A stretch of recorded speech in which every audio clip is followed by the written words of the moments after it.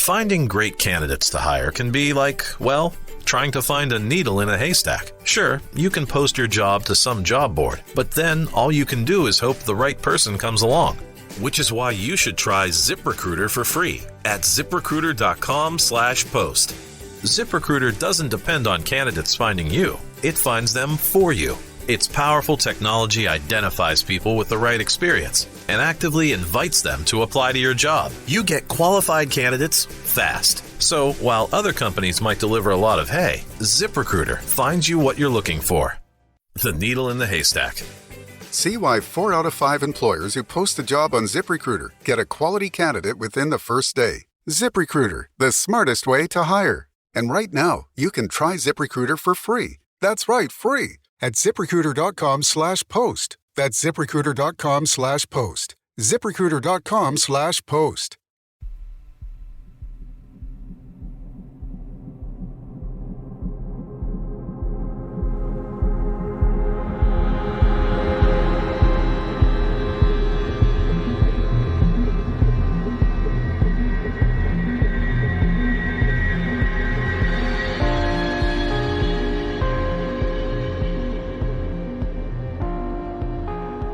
Hello and welcome to mini episode 59 of Real Life Ghost Stories. How you do? Before we crack on with our stories today, we have got a promo for you. And our promo this week is for Weekly Creep. Your hosts Adam and Dulce want to bring you some weekly spooky tales of ghosts, aliens, cryptids, true crime, or just weird encounters. Weekly Creep's goal is to build a fan base of listeners who share their own personal stories while also learning something creepy along the way and finding them just as funny as they do, so they're not just two losers laughing in each other's faces in a dark room. Would like to point out, I didn't write that bit. That's their own description, so I'm not calling them two losers in case anybody thinks that I'm just being unnecessarily mean. Would also like to say that Weekly Creep have helped me out with technical issues numerous times. So they are just very wonderful, kind and generous people. And listen to their promo. And if you like them, go and like and subscribe. Welcome creeps. I'm Adam. And I'm Dulce from Weekly Creep. And we like to tell stories about true crime, the supernatural, aliens, and everything in between. Each week we surprise each other with a new topic and our listeners get to learn about it right along with us. We like to have a laid back atmosphere, so it's more like you're just hanging out with friends. Weird friends who like talking about true crime, the supernatural, and everything in between. And some people like to listen to us, and maybe you will too. We release new episodes every Friday and a bonus titillating tales of true terror on the first of every month. Tune in this Friday for a brand new episode. So that was Weekly Creep, and I have 4 spooky listener stories for you today. Uh-oh. And just for everybody's peace of mind, the last story today comes from the 22nd of May 2020. Are you ready? Nope. And story number 1 comes from Anonymous. The first experience I can remember is being around 6 at my nan's house. I used to play in the annex all the time alone, and that was when I first heard the voices. The first voice I heard was a deep, resounding growl calling my name. I, for some reason, as the unassuming child I was, took it to be my father, who never and never has spoken like this. Weird, I know, but I go down to him and ask him if he wants me, and he says no and asks why. I told him I thought I heard him call me, and he shook his head before returning to his conversation. The second time it was a female voice, telling me, come here, come here. I thought this was my cousin, but she was an hour away.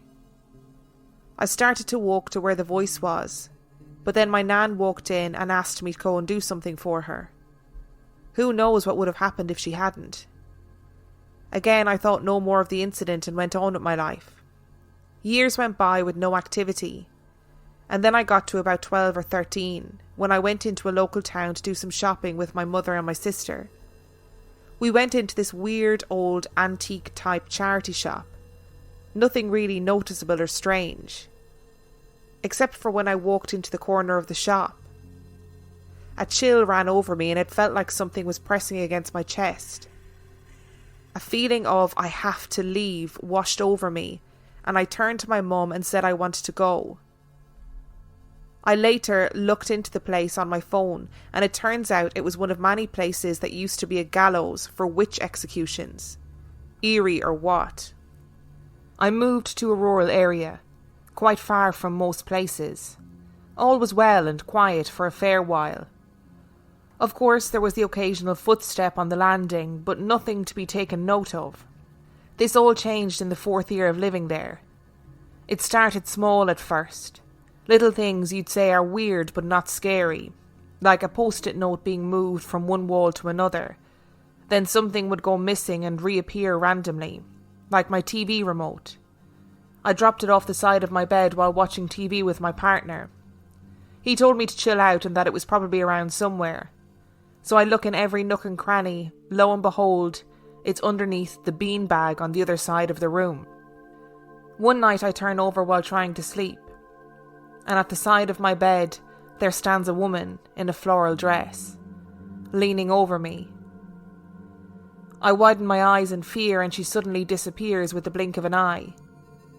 Lost for an explanation and words, I closed my eyes and desperately tried to sleep. She didn't reappear for about a week or so, within which time a vase flew off my cabinet for no explainable reason. Towels fell off their hook while I was in the shower. And the one that freaked me out the most? Sitting on my bed on my phone when suddenly I heard the tinkle of music that you would hear in a Jack-in-the-Box playing just beside my ear. I ran out of my room to ask who was playing it, and nobody was. Of course, I was very freaked out by this. Hearing running across the landing was a regular occurrence, as was electrical disturbance. My speaker started randomly skipping songs and then flew off the cabinet when I left the room. It was to such an extent that I got used to these experiences. They became commonplace and didn't scare me so much because they didn't harm me. This was until a night not that long ago when I was on a video call to someone. Behind me I saw something dart past the camera, and my wardrobe door began to open and close ever so slightly. I was terrified to turn around, and I tried to act like nothing was wrong and carry on talking to my friend. All the while I was tearing up in fear. What the hell was I supposed to do? The night after was possibly one of the scariest things I've ever experienced. I was on a video call to the same friend, and in the background behind me, I noticed a woman's face, contorted into a menacing grin. She had dark blonde hair in pigtails on the sides of her head, and you guessed it, a floral dress. I bit back tears and tried to act natural, pulling my duvet over my head. My friend then looked confused and said, "Are you using some sort of filter?" I replied that I wasn't, and I thought no more of it. Terrified, I asked them not to hang up until I've gone to sleep, so they did what I asked. Seeing as I was very disturbed, and said friend knew about the experiences, the next morning we were chatting, so I told him about the woman with the smile, and he said that he saw something, but he didn't want to freak me out by saying it. And what he said next was terrifying. He told me that he saw a woman's face on my end when we called. Bulging eyes and, you guessed it, a massive menacing grin. He said that he thought it was me, but it didn't look like me, and he was so scared when telling me that he teared up out of fear. And that's when it dawned on me that he saw it when he asked if I was using some sort of filter. I asked him this, and he verified that that was what he meant. It wasn't exactly a fun revelation. Today I told whatever it was to leave. Whether it has or not is something I'll know when I turn the lights out tonight. So wish me luck. So we've got some usual poltergeist activity, and then we've got some really freaky stuff going on, like the musical Jack-in-the-Box in the ear hole, no thank you, and the lady's face appearing on the video call and being seen by the recipient and yourself. No. That is literally Dan's worst nightmare, having any sort of technological contact with a spirit. And you could totally see that happening in the modern world, that somebody would go, oh, have you got one of those filters on that pick up faces? And you've seen, like, we've all seen loads of videos where somebody has that filter on, the dog filter, and it picks up like a corner of the room because it maps out the shape of a face naturally in the environment. Imagine being on a call and somebody saying to you, wow, have you got a filter on? There's that scary woman in the background. No. It's very host-like. I don't like it. You know the movie? Yes. Yeah. If this happens on my work calls tomorrow, I'm going to hold you responsible. Me personally? Yeah, because you said, oh, I could just imagine that happening. So you've encouraged it. You've tolpered it into existence. Well, I'm sorry. If you've got a work call tomorrow and you just thunder down the stairs and out the door, at least I'll know why. I'll know what's happened. I have been listening to, and I've said this a million times, but I've been listening to the Battersea Poltergeist, right? And in it, they talk a lot about poltergeists and what a poltergeist supposedly is and what it does. And they had like 2 experts on, and one of them was talking about how really it's about attention seeking behaviour, and that's why you get noises and that kind of thing. And that's where the missing objects come into it, that it's trying to get your attention, so it's making life slightly difficult so that you'll notice it, and that freaks me out a bit. Or Anonymous has a portal down the side of her bed, and when she dropped it, it went through the portal and got spat out the other side of the room. Sometimes I do imagine those things when there's disappearing and reappearing objects. People talk about that as like a separate phenomenon, that you have those, you know, something, you'll drop something upstairs and then it appears, you know, under your pillow, which is quite common in poltergeist cases. And it's either a portal like the game or an attention seeking ghost, and either way I'm not here for it because it's very inconvenient. Finding great candidates to hire can be like, well, trying to find a needle in a haystack. Sure, you can post your job to some job board, but then all you can do is hope the right person comes along. Which is why you should try ZipRecruiter for free at ZipRecruiter.com/post. ZipRecruiter doesn't depend on candidates finding you. It finds them for you. Its powerful technology identifies people with the right experience and actively invites them to apply to your job. You get qualified candidates fast. So while other companies might deliver a lot of hay, ZipRecruiter finds you what you're looking for. The needle in the haystack. See why 4 out of 5 employers who post a job on ZipRecruiter get a quality candidate within the first day. ZipRecruiter, the smartest way to hire. And right now, you can try ZipRecruiter for free. That's right, free. At ZipRecruiter.com/post. That's ZipRecruiter.com/post. ZipRecruiter.com/post. Moms are amazing at tracking down hard-to-find items. Library books, socks, you name it. But sometimes help is welcomed. Care.com makes it easy to find babysitters near you. Sitters with the experience and skills your family needs, like after-school pickup and homework help. You just post a job for qualified sitters to apply. And since all Care.com caregivers are background checked, you can feel confident about interviewing and hiring. To get the child care help you need, sign up now at Care.com. Without the ones like you, who work tirelessly to keep things running, everything would suddenly stop. Hospitals, factories, schools, and power plants, they all depend on you. No matter the weather, emergency, or time of day, you're the ones who get it done. At Grainger, we're here for you with professional-grade industrial supplies. Count on real-time product availability and fast delivery. Call, click Grainger.com, or just stop by. Grainger, for the ones who get it done.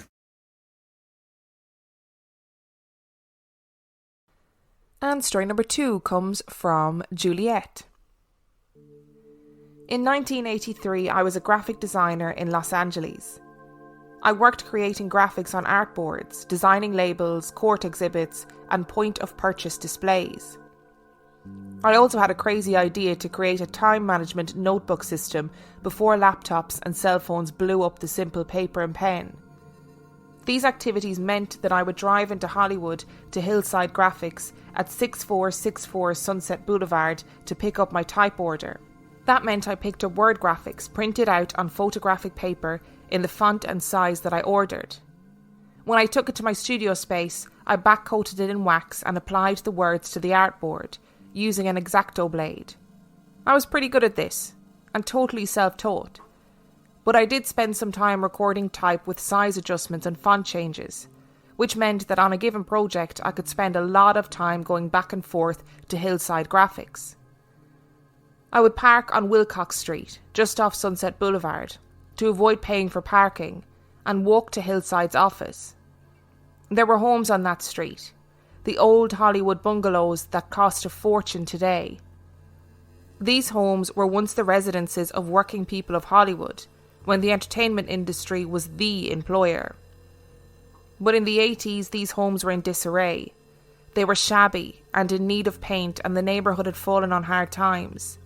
There was an uptick of violent crime and a number of abandoned homes in these Hollywood streets. One of those homes was right at the back of 6464 Sunset on Wilcox. It was white and in need of some repair. The yard was overgrown and there was a brick back step that led into the house, with straggly ivy growing up the side of the back door. The main window had an eyelet curtain that had a tear, and some mornings I saw it flutter, as though someone had just let go of the curtain. By that window there was a black gash on the paint, where a flame had quickly licked the window casement, but failed to ignite the outside lintel. There had been a fire, but it had been stopped before real damage took the house. I'd seen homeless people leave the house early one morning, dishevelled, carrying bags, leaving from that side of the house. It was an uncomfortable building to me. As I came and went to the typesetters, I found myself avoiding the house, parking further down the street, even though there was a parking space in front of the house. My discomfort when near the house gravitated from sadness to thoughts of violence. After a while, I came up with the notion that something violent had happened there. Why else would I be so uncomfortable with an empty house? One morning I arrived early to see the local fire station actively dousing the grounds and building with a milky substance. It was fire retardant. Squatters had again started a fire to cook a meal in the house, and had set a few other things on fire too. That's when the boards went up on the doors and the windows, and no trespassing signs were added. The fire department was trying to discourage late-night visitor sleepovers, but they were only partially successful, and a few people continued to use the house. Today I wondered if squatters would have continued to do that if they had known what happened there. But at that time I was ignorant of the story. Several months went by. I was at a slow point for type and design and didn't go to Sunset Boulevard. I'd been house hunting, and we had found a house to buy in Pasadena. However, a court job presented itself for an exhibit, so I was again going back to Hillside Graphics. It was a Monday. I parked down the street, only this time it was because there were again firemen on the property. I thought that this time I could ask about the house. They were again using fire retardant and posting more signs. I walked up to the captain and asked him about the property. I learned that the house was slated for destruction, but that it would be at least a year since the city was very behind in demolitions, and the heirs of the property were not capable of taking care of the house. Then he mentioned that this house had been the scene of a violent murder of the elderly female owner. The captain stated that it was surmised that the owner of the house allowed a homeless man into her home who killed her and set fire to her in the back bedroom, the room where the curtain was torn. There had been several similar murders, and the LAPD thought that there was a serial killer in Hollywood murdering elderly women living alone in this neighbourhood. It had been a violent assault, and the killer had set fire to the house to destroy the evidence. The victim was a woman of 70 plus years, someone known to help people down on their luck. I also learned that the victim had been a big player in Hollywood and was somehow related to an old star, ex-first wife, maybe ex-girlfriend, but after the divorce separation she remained in the same house for over 50 years. She grew old there as Hollywood changed and the neighbourhood became more transient.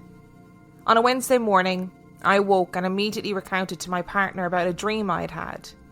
The woman in the house was speaking to me.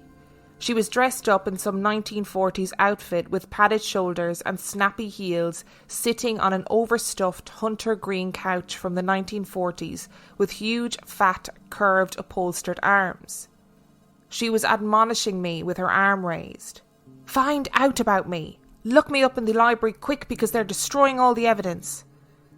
And then as a last comment, before I was completely awake, the dream figure said, "Eddie did it. Go to the authorities and tell them." I was convinced that this was more than a dream. I'd never been visited by a victim of homicide, let alone given some instructions. I went to my alma mater college library and I read the news articles that sanitised the murder. The local librarian that helped me was from Haiti, and I recounted why I was looking. She was intrigued and told me that these things happen in her country and that I should go to the authorities. But I still didn't understand or even have a remote clue as to why I was told that they were destroying all of the evidence.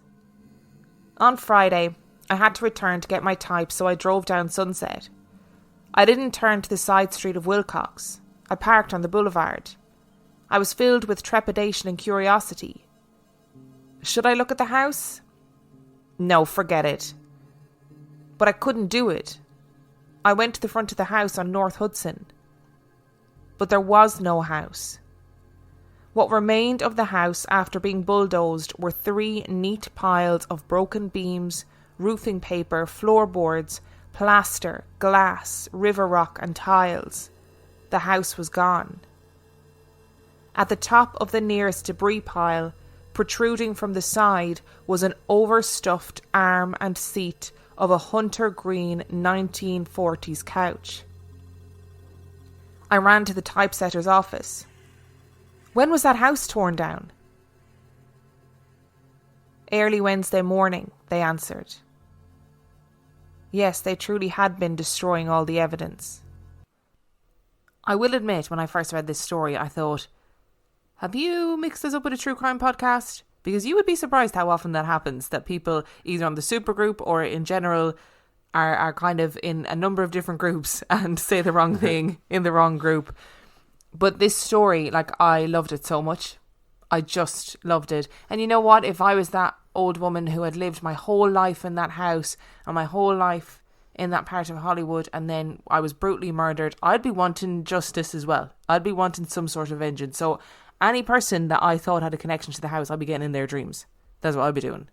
Yeah, and she obviously very clearly, Juliet did have a link to the house because she'd obviously paid a lot of attention to it every time she went to Hillside Graphics. So I wonder if the old lady was watching from the house and then was like, right, I've got your number. I'm going to visit you in the dreams. There are some people who believe that the people who have passed visit in your dreams because it's easier. Because you can, people don't fight their dreams. Whereas if that old lady was trying to send signs like a poltergeist would, how would Juliet ever interpret them or even take notice of them? So there are people that believe that your dreams are a vessel by which the dead communicate, which I find very alarming, to be really frank. I guess it makes sense because your conscience isn't working in the same way as it is when you're awake. So maybe you're more susceptible to visitations. Do you believe that people visit you in your dreams like that? I believe that some dreams have value. Okay. So not every dream means something, but I do think that dreams can be used to tell us something. I feel like they're like a form of unlocked intuition. I would sincerely hope that not every dream means something because, my God, I have the weirdest fucking dreams. So if they do mean something, I would be very disturbed and I don't want to know what those dreams mean. But every so often I have a dream visitation and they always feel different. I know I say that regularly. I know people are probably sick of hearing me say that, but they really do. As somebody who's passed in my life will visit me in my dream and I'll wake up and it will feel physically different than a normal dream. It'll even feel different than a nightmare. It's a very strange feeling. And I'm sure lots of people listening are like, I know exactly that feeling you're talking about. But it is a feeling that you wake up with and you go, oh, that felt weird. That was not a nice feeling. And it's not necessarily scary. It's just a weird feeling. So maybe that's what Juliet experienced. And also, like I said, if I can haunt people in their dreams, I'm fucking doing it when I die. And story number 3 comes from Philip. I'd classify myself as a curious skeptic. Apart from my story, I haven't experienced anything that would make me believe totally in the paranormal. In the flat I live in London, My flatmate and friend have both seen and heard a little boy laughing, but I've yet to see anything, so maybe I'll leave that for a future episode. So my story, not entirely sure what category of paranormal to place this in, so maybe I'll just tell it and let you decide after. I live and work in London, but I'm as northern as they come. I was born and raised in Carlisle, Cumbria, a city at the top of the Lake District bordering Scotland. My parents' older brother and older sister moved into my childhood home, the house they still live in, just before I was born in 1984. It's the last house on a row of Victorian terraces. A dining room, or the good room as my mum calls it, a lounge, a kitchen on the ground floor, 3 bedrooms and a bathroom upstairs. It's your usual Victorian terrace, narrow in width but stretching far back. High ceilings, creaky floors, radiators in every room to moderate the drafts. You get the picture. I must have been about 4 or 5. I have very few memories before this. Myself and my brother used to have bunk beds, him on the bottom and me on the top. My brother was in his early teens and my sister was around 8. I woke up quite naturally in the middle of the night. The house was quiet. The only noise was the sound of my brother's deep sleep, and the only light was that of the landing light creeping around the door frame. The dark never worried me or my siblings when we were little, but my parents always left the main light on outside of all the rooms when we were younger, just in case. I wriggled out of bed, climbed down the ladder and opened my bedroom door. I came out of my room onto a fully lit landing and turned left to go down to my parents' room. I went into their room, where they were both fully asleep, hopped up to their bed and wriggled my way up to sit between them on the pillows, at the head of the bed, my parents asleep either side of me. I remember being fully awake, not tired, but also having no sense of fear or worry. I just sat with my back against the headboard, looking towards the door, which I pulled partly closed, maybe 2 feet of space between the door and the frame, waiting for tiredness to come and to fall asleep. I must have been sat there for only a short while when I noticed the light around the door getting brighter and whiter. It was much different to the natural yellowish tint of the 80s bulb that hung above the stairs. I remember at the time acknowledging the oddness of it. I sat transfixed as the brightness around the door grew in whiteness but didn't stretch further into the room or illuminate it. At this point, the door started to slowly open. I acknowledged the door being pushed fully open before I even noticed what was opening it. In the door frame there was something, a shape, a glowing white light that didn't touch the floor. It stayed motionless in the doorway, looking back at me.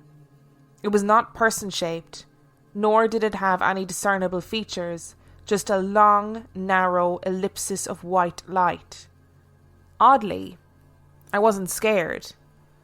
I remember studying what I was looking at for clues as to what it was. It was only after a few moments of being face to face with whatever this was that I felt a little stab of fear.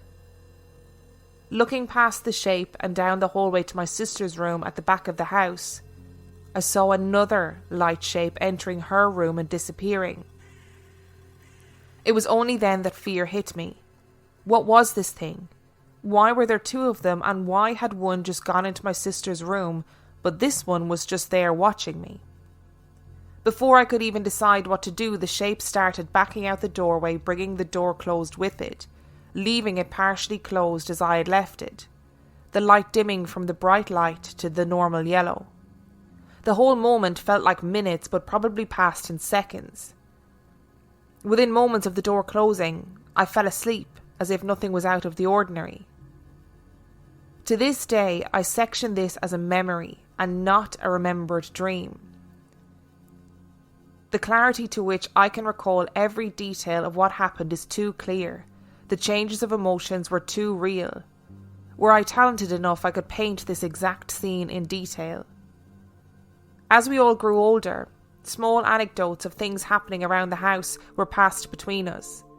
A feeling of a presence in a room felt by my mum, An object sure to be left in one place by my sister turning up later somewhere else. That kind of thing. However, in recent years, in a conversation with my mum, something interesting came to light. We were talking about dreams and how the brain works. My mum shared a story with me, a repeat dream that she gets very often. She first had this dream when she was younger, when she was maybe 5 or 6. In this dream, she remembers waking up, exiting her old room, looking down the stairs and seeing something bright leaving the house. She ran down the stairs to follow it and leaves the house from the front door. She stood in the front garden and saw a bright shape, a long, oval, featureless shape of light leaving down the hill. As she watched to see where this shape was going, she saw 2 more coming from adjoining streets to meet this one. They then descended the hill to a park at the bottom, where what she describes, a large object all brightly lit, waited for them. The bright lights boarded the object, but at this point the dream memory cuts off, usually where she wakes up and wonders what the light was in her home. What's even more bizarre is that she, like me, said that were I talented enough, I could paint this exact scene to the detail. I told my mum my story. She listened with interest, but showed no surprise or concern. When I finished, she just sighed and said, "Well, that's interesting, isn't it?" before closing the conversation. So what did I see? I've gone my entire life with this moment clearly in my head as I grew up and became familiar with elements of the paranormal. I'd classified this as my first and only ghost experience. But now, after hearing what my mum said, I'm not so sure. Who's to say it wasn't something else? Something even more otherworldly than a ghost? First of all, can I just say that Philip got off to the right start, because he referred to himself as a curious skeptic and I heard furious skeptic, and I was like, if they all going to label yourself something, labeling yourself a furious skeptic is a great idea. Imagine being like, no, I don't believe in ghosts necessarily because I'm a furious skeptic. It's incredible. Yeah. It's incredible. I also feel like it's an indie band name as well. This isn't ghosts, is it? This story, like, I don't even know where to start, because every part of me wants to say ghosts. Okay, I want to say something nice about this story, but this is disturbing.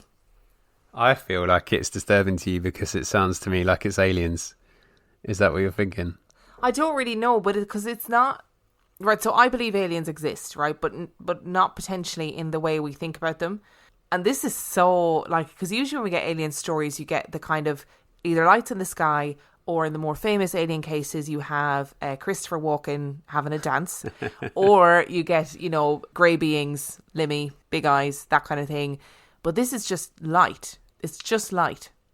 There's no, I saw a being that was really scary. He doesn't report feeling scared until later when he saw the second light going into his sister's bedroom, and then his mum had the same experience. Yeah, see, now I've been thinking about this quite furiously, and I figure that this has to be aliens.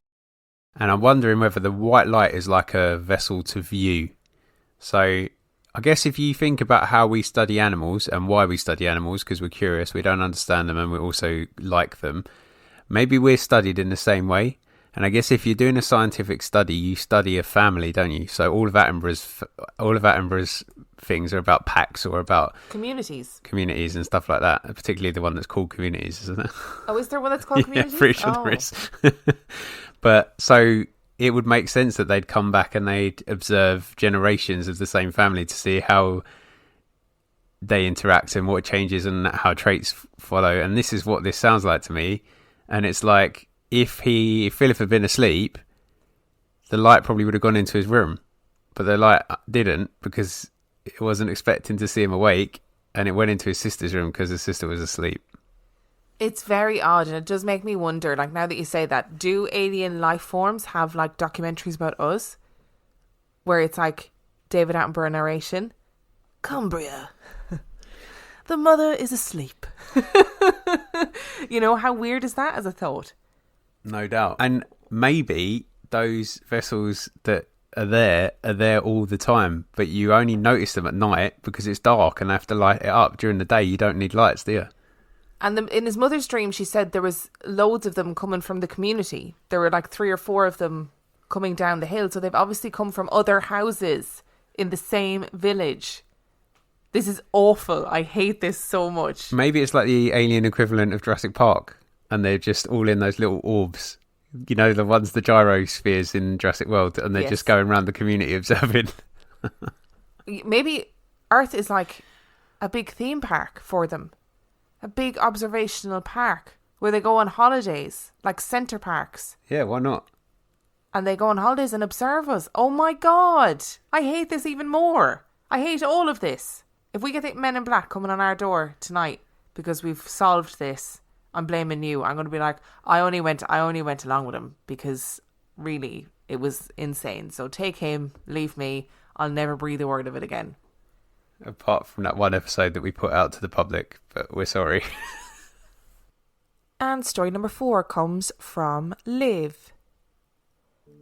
I was raised in the south of England, in a small town called Grinstead in West Sussex. Our town is odd. It always has been and always will. If you Google it now, you can find articles referring to it as the Twin Peaks of England and attributing all of its strangeness to myriad reasons. Some people say it's because it was built on ancient ley lines or meridian lines, or perhaps the mixing of many different religions, even including Scientologists. It's home to the World Scientology Centre, or its links to pagan rituals and customs. Any way you look at it, where I grew up was strange, fascinating, and most importantly to this story, rural. Rural, of course, means beautiful and picturesque, but as kids, it meant boring. Long days with nothing to do in the summer holidays or after school, then knock about in the woods with my friends. It was on one of those particular days after school in around 2008 or 2009 when me and my group of 4 closest friends went into the woods behind a friend who we'll call Anna's house. We walked about 10 minutes into the woods, talking and laughing, all feeling fine and enjoying our walk, when we reached a clearing that we'd messed about in before. The clearing opened out onto the steep top of a large pit, which was surrounded by dense woods. The bottom of the pit was mainly all enclosed apart from one small exit, which was obstructed by a large thicket of sharp brambles, which were tricky, but not impossible to get through. To get down into the pit, we used a few slightly risky tree roots growing out of the dirty sandy walls. It was a steep descent, so we had to take it slow, but we all managed to get down there without a hitch, and subsequently started exploring the base of the pit. Anna had by this point crossed the ravine, and called us all over as she had noticed a little makeshift rope ladder leading up and out of the other side of the pit and into the woods. Being young and curious, my friend began climbing the ladder, with the rest of us following suit. I'd hung back, and was right at the tail end of the group, so I wasn't even on the ladder by the time my first friend reached the top of it. I heard her muffled, "What the hell?" as she reached the top. Before I knew what was happening, something heavy and hard hit the back of my head. I picked the thing off the floor after a moment of confusion and turned it over in my hand, before realising what it was and throwing it to the ground in disgust, just as my friend had done when she found it. It was the small skull of an animal, and I'm still not sure what kind. Curiosity piqued, I climbed up to join the rest of my friends, while nursing my sore head. At the top of the other side of the pit, heavily shrouded in trees, was an even tinier clearing, a few feet by a few feet at most. At the centre of it was the remains of a small fire, and what I can only describe as some small sculptures made from twigs bound together by twine. The sculptures depicted all kinds of strange symbols and signs. Imagine the wooden things in Blair Witch and you're almost there. And they covered the clearing, including being nailed to the surrounding trees and scattered on the floor. There were also similar symbols carved into the trees which looked like they'd been there a really long time. The space looked like it had been used recently, and I had the eerie feeling that we'd just narrowly missed the people who'd previously occupied it. Bear in mind that in this time, when we'd been slowly checking out the clearing, barely a word had passed between my friends and I.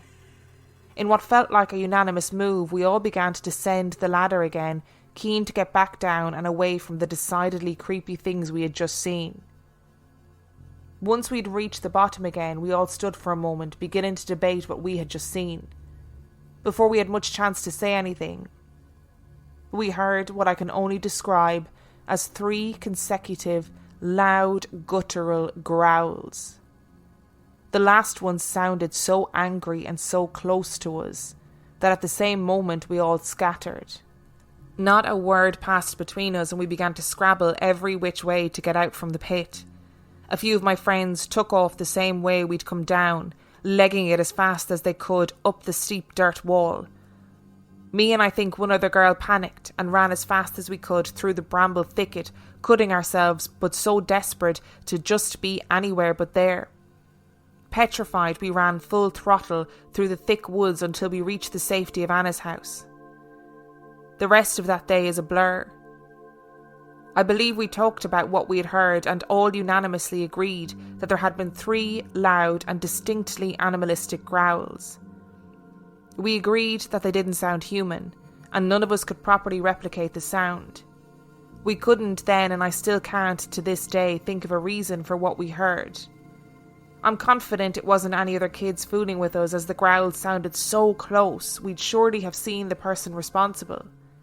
I tried my best to forget what we had heard and never had another experience like it in those woods. To this day, I'm still not sure what I'd attribute it to. Unlike Dan and Emma, I'm not convinced of the existence of cryptids of any kind, and to me that's not what this experience felt like.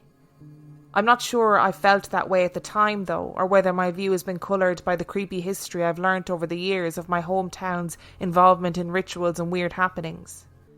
I truly don't know what to make of it, and would love to know what you both think, as the only conclusion I can successfully come to is that the place at that time, for whatever reason, was just somewhere that we were not supposed to be.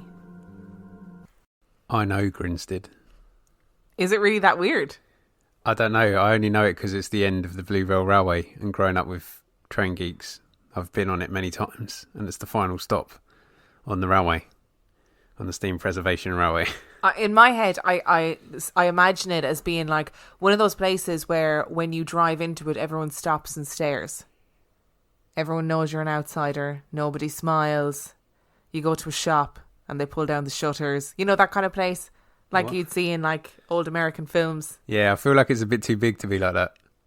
Oh, well, I'm just going to keep that image in my head. Okay, yeah, that's probably good. I believe in cryptids, but I don't think this is one. That was a beautiful song. Thanks. I'm with you. Liv. This is not a cryptid. This is, in the words of Zach Bagans, demonic. I don't know if it is demonic or if it's, you know, I think there's probably lots of shit like this that happens in the woods that people are unaware of. There's lots of people who practice versions of witchcraft and magic that maybe aren't very mainstream, and they probably do it in private places. Either that or it's Blair Witchy shit, because, you know, that's scary. But either way, if I was in your position and I was fanning around in the woods with my friends and came across something like that, I would immediately go Blair Witch, freak out and be convinced that one of us was going to die. And let me tell you, it would not be me. I'd also be questioning my friends as to why they felt it necessary to launch an animal skull at my head. Very annoying, yeah. Yeah, but I couldn't handle that clearing. I'd be out there, I'd probably fall back down the place that they just climbed up from the ladder in an attempt to get away from it. But I just figure, you know, you're right, there's different things go on in the woods that we don't know. Some of it is just regular witchcraft, some of it is black magic, and some of it is people doing stuff they don't really understand, and that's the stuff that worries me. Oh really? Is that the stuff people who do things like thinking it's cool or kind of trying to put off a persona or whatever and not really realising what they're doing? We've all seen that movie, which I can't remember the name of it, where they curse. There's that little girl and she curses them, and then the creature comes. That's a terrible description. I can't remember what it's called. What film are you talking about? You know, she gets really angry with her, like her mum, and then she like conjures a witch or something to kill her, and then like out of anger, and then it wasn't a particularly good film, but we definitely watched it when we reviewed it. Oh, I literally have no recollection. It must have been really bad. Like, zero recollection. If anybody does know, please, answers on a postcard. That'd be great. But that's what I mean. Angry children summon demons. If you enjoyed today's episode, you can find everything you need to know about us on reallifeghoststoriespodcast.com. You can send in your own spooky story to reallifeghoststoriespodcast@gmail.com. You can support us on Patreon, patreon.com/reallifeghoststories, where for $5 a month or $2 a month, you get access to heaps of extra content. And on that note, we shall see you next week. Bye!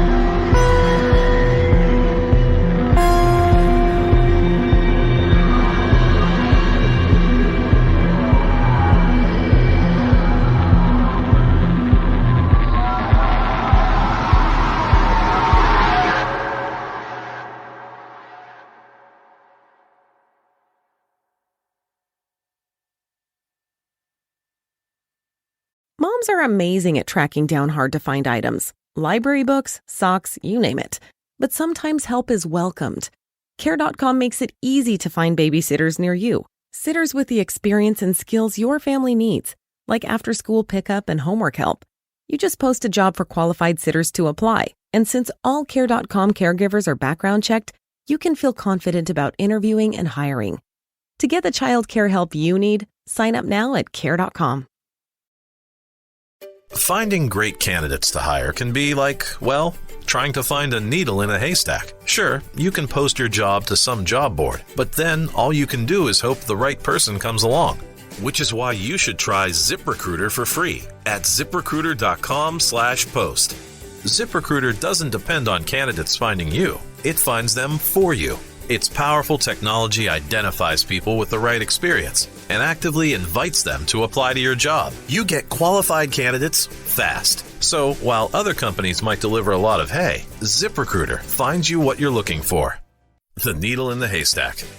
See why 4 out of 5 employers who post a job on ZipRecruiter get a quality candidate within the first day. ZipRecruiter, the smartest way to hire. And right now, you can try ZipRecruiter for free. That's right, free. At ZipRecruiter.com/post. That's ZipRecruiter.com/post. ZipRecruiter.com/post.